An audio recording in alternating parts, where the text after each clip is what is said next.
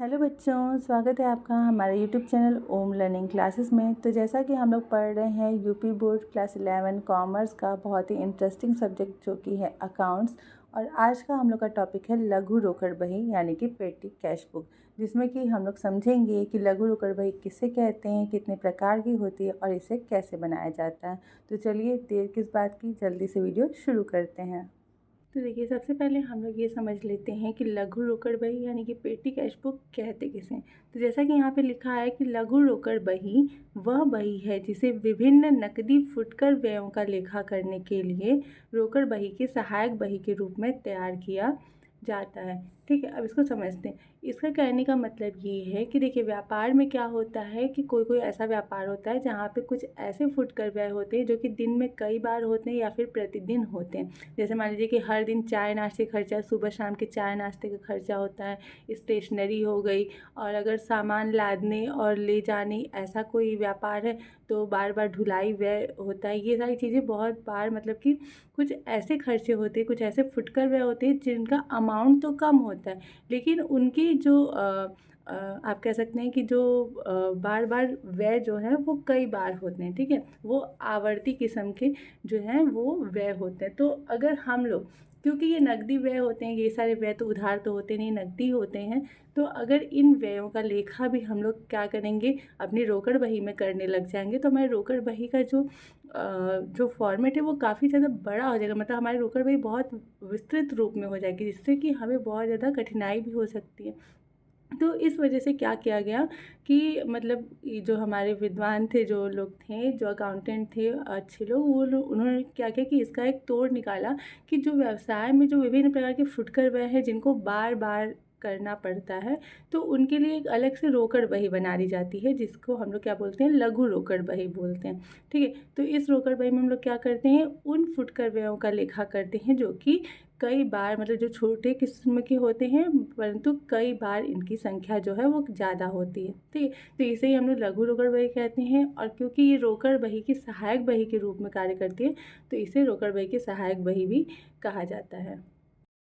अब आगे है लघु रोकड़ बही की विशेषताएं। तो सबसे पहली विशेषता है इसकी कि ये रोकड़ बही की सहायक बही है। दूसरा है केवल नकदी फुटकर व्ययों का लेखा होता है इसमें, यानी कि दो चीज़ें ध्यान में देने की, पहली तो नकदी व्यय होनी चाहिए और दूसरा जो व्यय है वो फुटकर व्यय होने चाहिए। ठीक है, तीसरा एक निश्चित अवधि के बाद रोकड़ बही में समायोजन।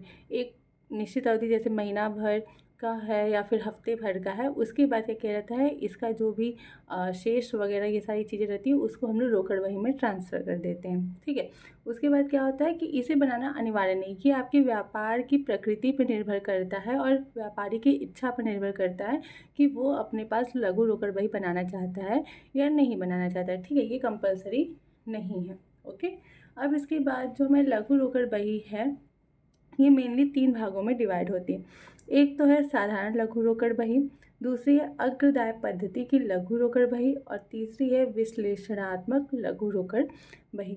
तो हमें इन तीनों के बारे में ही आगे जो है वो न्यूमेरिकल्स देखने हैं, ताकि हम लोग क्या कर सकें, इन तीनों को अच्छे से समझ सकें।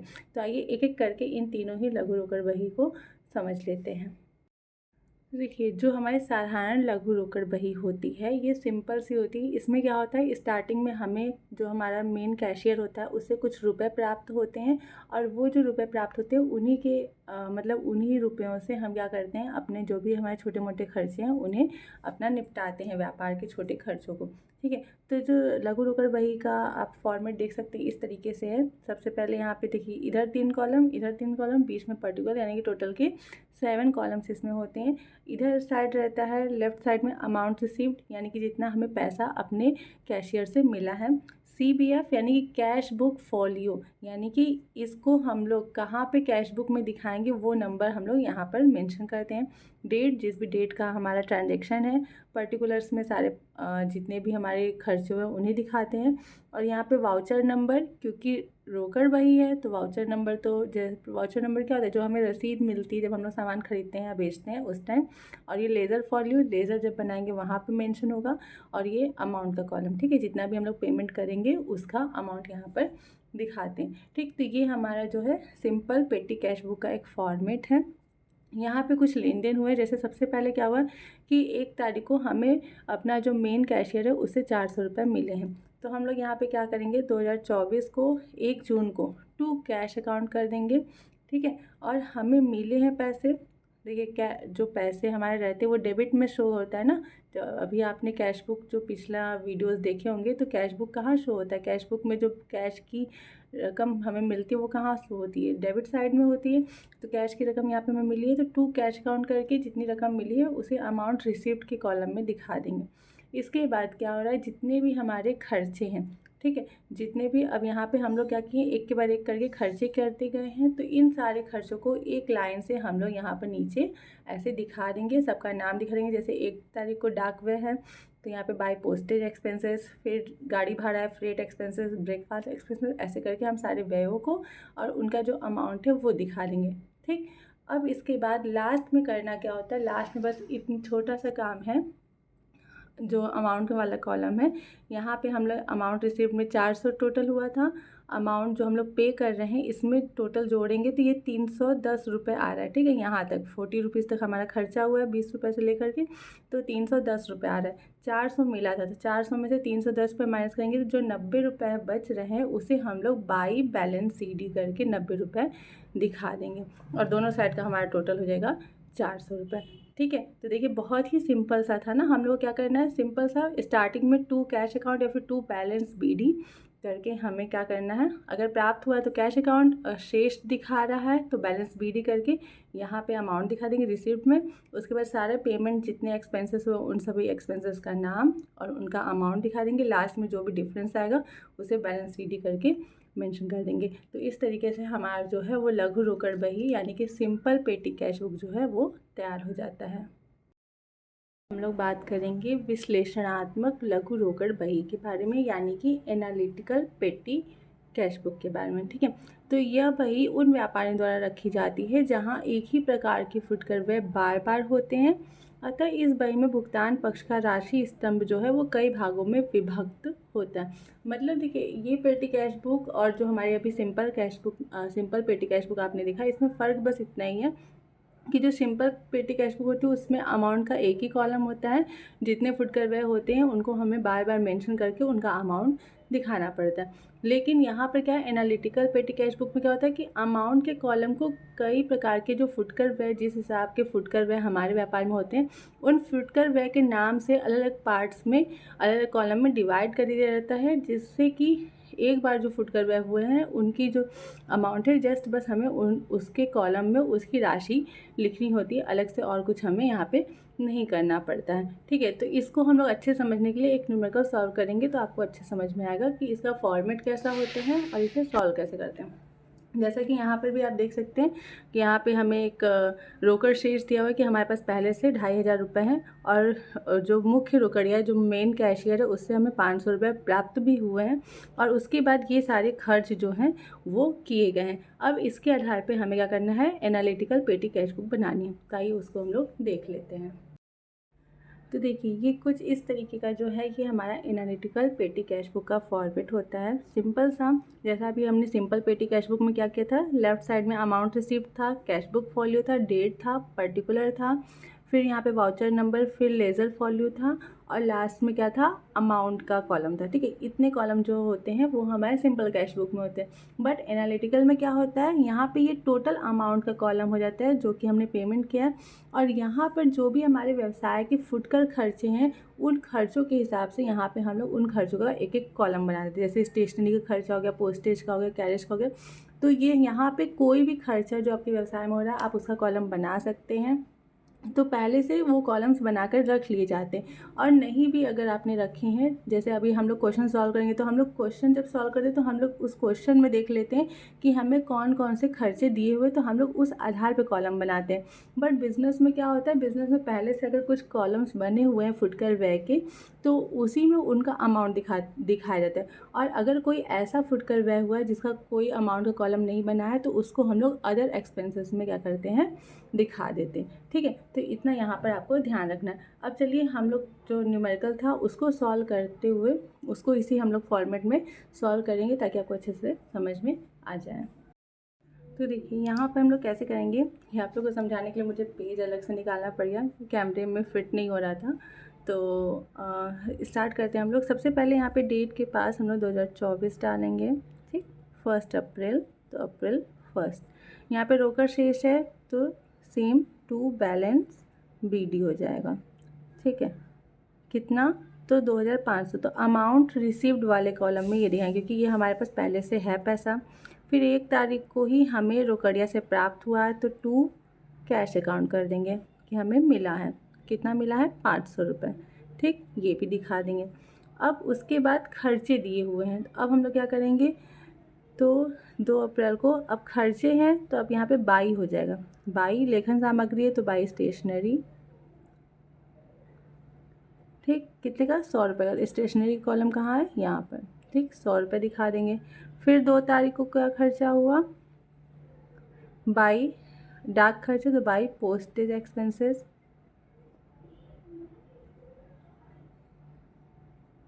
ठीक। कितना, 10 रुपये। तो हम लोग क्या करेंगे, पोस्टेज एक्सपेंसेस कहाँ है, यहाँ पर, तो यहाँ पर 10 रुपये हमने यहाँ दिखा दिया। फिर 5 तारीख को ढुलाई, तो 22 कैरेज, कितना, 200 रुपये ढुलाई के कॉलम में दिखा देंगे। फिर राम को किराया दिया 6 तारीख को, तो बाय रेंट अकाउंट, किराया पैसे में ही दिया होगा ना, 200 रुपये रेंट में। लेखन सामग्री फिर से स्टेशनरी, बाय स्टेशनरी, 150 रुपये स्टेशनरी में दिखा देंगे। फिर 10 को यात्रा, तो बाय ट्रैवल एक्सपेंसेस, कितना, 50 रुपये, ट्रैवल में 50 रुपीज़। डाक व्यय 11 को by post expenses, postage expenses 60 रुपये, पोस्टेज में 60 रुपये दिखा देंगे। और मजदूरी कितना, 13 रुपये, अरे सॉरी 13 तारीख को बाई वेजेस अकाउंट, कितना, मजदूरी का 100 रुपये, ठीक। इस तरीके से सारा हमने क्या किया, जितना हमें दिया हुआ था सारी चीज़ें हमने मेंशन कर दी। अब क्या करते हैं, लास्ट में टोटल करते हैं। टोटल कैसे करेंगे, तो सबसे पहले यहाँ पर हम लोग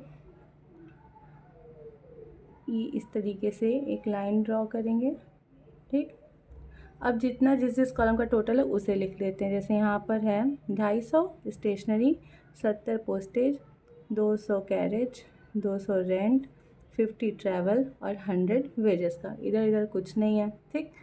अब इसका पूरा टोटल करेंगे कितना, पहले तो ऐसे हम लोग लिख देंगे, इस डेट पे 100 रुपये यहाँ पे, फिर 10 रुपये यहाँ पे, फिर 200 यहाँ, फिर 200 यहाँ, फिर आपका ऊपर नीचे लिखा गया ना, सॉरी, 150, फिर 50, फिर 60, फिर 100, ठीक है। आपको ये थोड़ा सा ध्यान देना पड़ेगा कि सामने सामने हो, हमारा थोड़ा सा ऊपर नीचे हो गया। बाकी सबके सामने आप ऐसे चाहें थोड़ा सा क्लियरिटी के लिए ऐसे डैश डैश सब में दे सकते हैं, ठीक है। ऐसे आप कर सकते हैं, ओके, सब में। अब क्या करेंगे, यहाँ पे टोटल कर देंगे हम लोग। क्या करेंगे, यहाँ पे यहाँ तक का टोटल करेंगे यहाँ से।